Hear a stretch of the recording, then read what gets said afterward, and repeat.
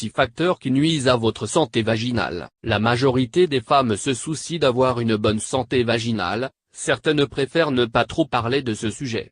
Il est fondamental de maintenir certaines habitudes, afin d'éviter que certaines maladies se développent. Cette zone est protégée par une flore bactérienne, laquelle est chargée de créer une barrière contre les micro-organismes à l'origine des infections. Par ailleurs, la santé vaginale est également déterminée par l'activité des œstrogènes, un groupe d'hormones qui apporte la lubrification et l'élasticité caractéristiques de la zone intime. Tout facteur interne ou externe qui provoque des changements dans cette zone peut entraîner des symptômes désagréables qui affectent la vie sexuelle, l'estime de soi et la fertilité. Pour cette raison, il est recommandé de savoir tout ce qui peut porter atteinte à la santé vaginale d'une façon ou d'une autre, afin d'éviter des complications.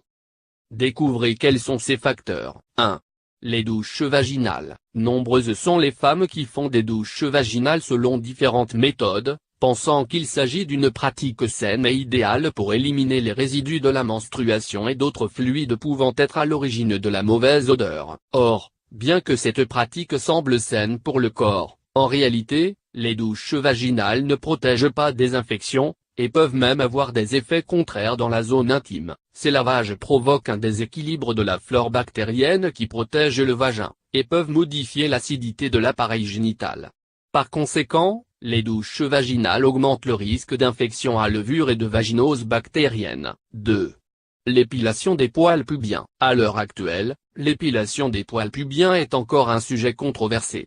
Nombreux sont ceux qui considèrent cette pratique inoffensive, mais cela peut provoquer certains symptômes qui nuisent à la santé de la zone intime. Les poils protègent la peau des frictions, des frottements et de certains micro-organismes qui peuvent être à l'origine d'infections. Une fois les poils éliminés, les follicules pileux ont tendance à s'enflammer, ce qui peut causer des gènes facilitant l'apparition de poils incarnés et de lésions. 3. Le port de string. Le string est l'un des sous-vêtements préférés des femmes. Il aide à développer une sensualité, et apporte un certain confort lors du port de certains vêtements. Le problème est que beaucoup d'entre eux sont élaborés avec des matériaux qui retiennent l'humidité, ce qui favorise le déséquilibre du pH naturel du vagin. Ce type de sous-vêtement facilite le transport des bactéries de la zone anale au vagin, et peut ainsi être à l'origine de différents types d'infections vaginales et urinaires. Lorsque le string est trop serré, il peut causer des petites déchirures, et ainsi irriter la peau délicate de la zone intime externe. 4.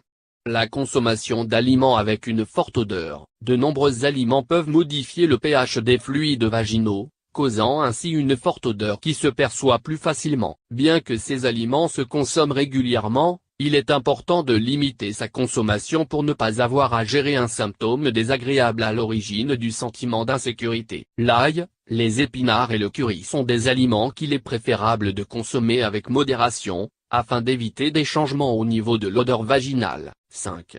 La consommation de sucre. Une consommation excessive de sucre modifie l'équilibre du pH dans le corps.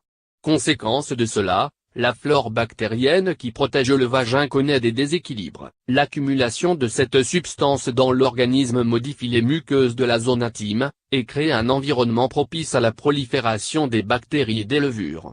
L'augmentation du glucose dans le sang s'accompagne d'une augmentation du risque d'infection telle que la candidose vaginale. Cet ingrédient affecte également la composition du flux, et favorise les démangeaisons et la mauvaise odeur. 6.